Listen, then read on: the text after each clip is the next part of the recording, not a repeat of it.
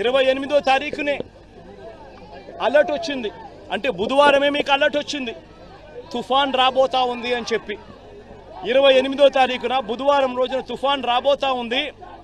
శుక్రవారం సాయంత్రానికల్లా ముమ్మరమైన వర్షాలు పడతాయి, శుక్రవారము శనివారము ముమ్మరమైన వర్షాలు ఉంటాయి అని చెప్పి అలర్ట్ వచ్చిన నేపథ్యంలో తుఫాన్ రాబోతా ఉంది, ఎక్స్ట్రీమ్ రెయిన్ఫాల్ కుర్చోబోతా ఉంది అని చెప్పిన నేపథ్యంలో ముఖ్యమంత్రిగా ఉన్న వ్యక్తి తాను చేయాల్సిన పని ఏమిటి? తాను వెంటనే ఇరిగేషన్ డిపార్ట్మెంట్కి సంబంధించిన సెక్రటరీని, హోమ్ డిపార్ట్మెంట్కి సంబంధించిన సెక్రటరీని, రెవెన్యూ డిపార్ట్మెంట్కి సంబంధించిన సెక్రటరీని వీళ్ళందరినీ పిలుచుకొని ఒక రివ్యూ కార్యక్రమం కనుక చేసి ఉంటే ఇరిగేషన్ సెక్రటరీ వెళ్ళి ఈ తుఫాను ఈ వైపున వస్తూ ఉన్న నేపథ్యంలో డ్యాములలో ఏ మేరకు స్టోరేజ్ కెపాసిటీ ఉంది, పైచిలుకు నుంచి తుఫాన్ రాబోతా ఉంది, ఇక్కడ తుఫాన్ రాబోతా ఉంది, పైనుంచి మహారాష్ట్ర నుంచి కర్ణాటక నుంచి తెలంగాణ నుంచి కూడా నీళ్లు రాబోతా ఉన్నాయి, ఆ నీళ్లు రాబోతా ఉన్న పరిస్థితుల్లో ఒకవైపున ఉంటే మరోవైపున ఇక్కడ బీభత్సమైన వర్షాలు కూడా కురవబోతా ఉన్నాయి అన్న పరిస్థితులు ఇటువైపున ఉంటే ఇరిగేషన్ డ్యాములలో శ్రీశైలం కానీ నాగార్జున సాగర్ కానీ పులిచింతలు కానీ ఈ 3 డ్యాములలో కనీసం 75 టీఎంసీలు, ఒక్కొక్క డ్యామ్లో కనీసం 25 టీఎంసీలు అన్నా కూడా కనీసం తగ్గించి కిందికి వదిలేసి ఉంటే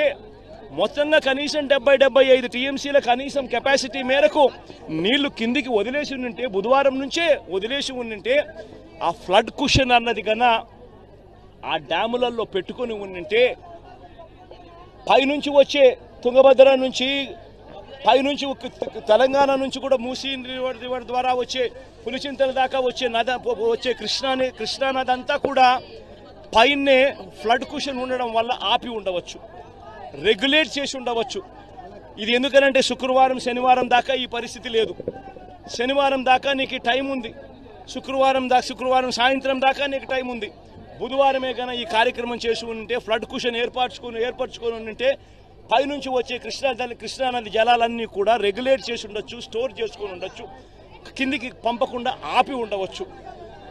ఇటువైపున తుఫాన్ ఏదైతే వస్తూ ఉందో, ఇటువైపున తుఫాన్ ఏదైతే కింది ప్రాంతంలో తుఫాన్ ఏదైతే వస్తూ ఉందో ఆ తుఫాన్ను ఒకవేళ వచ్చిన ఆ తుఫాన్లో ఉన్న నీళ్లు ఒకవైపున పులిచింతల కింద ఒకవేళ వచ్చినా కూడా ఆ నీళ్లు మాత్రమే వచ్చి ఉంటే ఇంత బీభత్సంగా జరుగుండేటివి కాదు.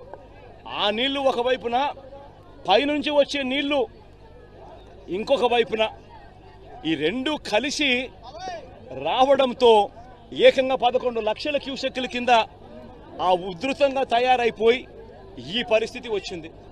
ఈ పరిస్థితి వచ్చిన నేపథ్యంలో మరి పైగా ఈ పెద్ద మనిషి చంద్రబాబు నాయుడు ప్లానింగ్ చేయకపోగా బుధవారమే అందరి అధికారులను పిలిచి irrigation secretary, revenue secretary, home secretary వీళ్ళందరినీ పిలిచి రివ్యూ తీసుకొని ఒక్కొక్కరికి బాధ్యతలు అప్పచెప్పాల్సింది పోయి అది చెయ్యకపోగా తాను శనివారం అర్ధరాత్రి బుడమేరు మీద ఉన్న రెగ్యులేటర్ గేట్లను కూడా ఎత్తేసాడు. గేట్లు పైకి ఎత్తడంతో నీళ్ళన్నీ పూర్తిగా విజయవాడ వైపు రావడం జరిగింది.